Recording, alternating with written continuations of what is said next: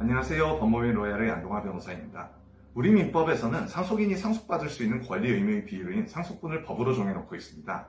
하지만 망인인 피상속인이 사망 전 공동상속인 중 한 명 또는 제3자에게 사전증여를 하거나 유언에 의한 증여인 유증을 하게 되는 경우가 있을 수 있고, 이로 인하여 법에서 정한 법정 상속분 대부분을 침해당하는 상속인이 발생할 수 있습니다. 이러한 경우를 대비하여 우리 민법에서는 상속인이 상속재산 일부를 보장받을 수 있는 유류분을 규정하고 있는데요. 이번 영상에서는 법정 상속분과 유류분에 대하여 정리하는 시간을 가져보도록 하겠습니다. 상속인이 여러 명인 경우 그 상속인들을 가리켜 공동상속인이라 하며, 민법에 따라 각 공동상속인이 상속재산에 대하여 가지는 권리, 의무의 비율을 법정상속분이라 합니다. 그리고 각 상속인이 받을 구체적인 상속액은 상속재산의 각자의 법정상속분을 곱하여 산정하게 됩니다. 우리 민법에서는 동순위의 상속인이 여러 명 있을 경우 각 상속인의 상속분은 동일한 비율로 하는데, 다만 피상속인의 배우자가 공동상속인 중 한 명이 있는 경우라면 피상속인의 배우자와 피상속인의 직계비속이 공동상속인일 경우 배우자는 직계비속 상속분의 1.5배의 상속분을 가지게 되며, 피상속인의 배우자와 피상속인의 직계존속이 공동상속인일 경우에는 배우자는 직계존속 상속분의 1.5배의 상속분을 가지게 됩니다. 이러한 법정상속분은 민법 제19조 제1항, 제2항에서 규정하고 있습니다. 예를 들어 피상속인 A의 공동상속인으로 배우자 B와 직계비속으로 2명의 자녀 CD가 있고 상속재산 7억 원이 있는 경우 BCD의 상속분은 1.5대 1대1이 되는 것이고, B에게는 3억, C에게는 2억, D에게는 2억의 상속액이 발생하게 되는 것입니다. 또한 피상속인 A의 공동상속인으로 배우자 B와 직계존속으로 A의 아버지 C, A의 어머니 D가 있고 상속재산이 7억 원 있는 경우 BCD의 상속분은 1.5대 1대1이 되는 것이고, B에게는 3억, C에게는 2억, D에게는 2억의 상속액이 발생하게 되는 것입니다. 만약 피상속인 A에게 공동상속인으로 배우자는 없고 직계비속으로 2명의 자녀 B씨가 있고 상속재산이 7억 있는 경우 B씨의 상속분은 1대1이 되는 것이고, B에게는 3.5억, C에게는 3.5억의 상속액이 발생하게 되는 것입니다.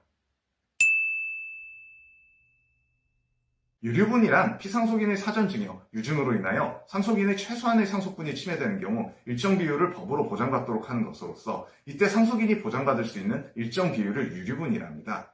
유류분을 주장할 수 있는 상속인인 유류분 권리자는 배우자, 직계비속, 직계존속으로 제한되는데, 배우자 직계비속의 경우 법정 상속분의 2분의 1이, 직계존속의 경우에는 법정 상속분의 3분의 1이 유류분으로 인정됩니다. 이러한 유류분의 내용과 비율은 민법 제1112조에서 규정하고 있습니다.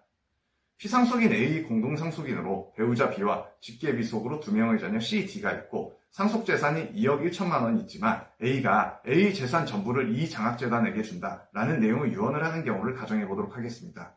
이 경우 BCD의 상속분은 1.5대 1대1이 되는 것이고, 이들의 유류분은 법정 상속분의 2분의 1에 해당하므로 B의 유류분은 14분의 3, C의 유류분은 14분의 2, D의 유류분은 14분의 2가 되게 됩니다. 이에 따라 B의 유류분액은 4,500만 원, C의 유류분액은 3,000만 원, D의 유류분액은 3,000만 원이 되는 것이며, 이에 따라 이 장학재단은 1억 500만 원을 받을 수 있게 되는 것입니다. 또한 피상속인 A의 공동상속인으로 배우자 B와 직계존속으로 A의 아버지 C, A의 어머니 D가 있고 상속재산이 2억 1천만 원 있는 경우 A가 A의 재산 전부를 이 장학재단에게 준다라는 내용의 유언을 하는 경우, 이 중 B의 유류분은 법정 상속분의 2분의 1에 해당하므로 B의 유류분은 14분의 3, C와 D의 유류분은 법정 상속분의 3분의 1에 해당하므로 C, D의 유류분은 각 21분의 2가 되게 됩니다. 이에 따라 B의 유류분액은 4,500만 원, C의 유류분액은 2천만 원, 그리고 D의 유류분액은 2천만 원이 되는 것이며, 이에 따라 이 장학재단은 1억 2,500만 원을 받을 수 있게 되는 것입니다. 만약 유류분에 대한 침해가 발생할 경우 유류분 권리자는 부족한 한도에서 그 재산의 가액을 지급을 청구할 수 있습니다. 다만 유류분에 대한 청구는 유류분 권리자가 상속 개시 및 반환하여야 할 증여, 유증의 사실을 안때로부터 1년 내 행사하지 않으면 시효에 의해 소멸하고, 상속이 개시한 때로부터 10년 내 행사하지 않은 경우에도 시효에 의해 소멸한다는 점을 주의해야 합니다.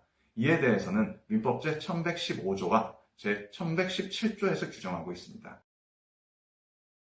지금까지 상속인의 법정상속분과 유류분에 대하여 알아보았습니다. 현실에서 법정상속분 유류분에 대한 계산은 훨씬 복잡하게 이루어지고 있으므로 법정 상속분 유류분과 관련한 문제가 있다면 반드시 변호사와의 상담을 통해 문제를 해결할 것을 추천드립니다.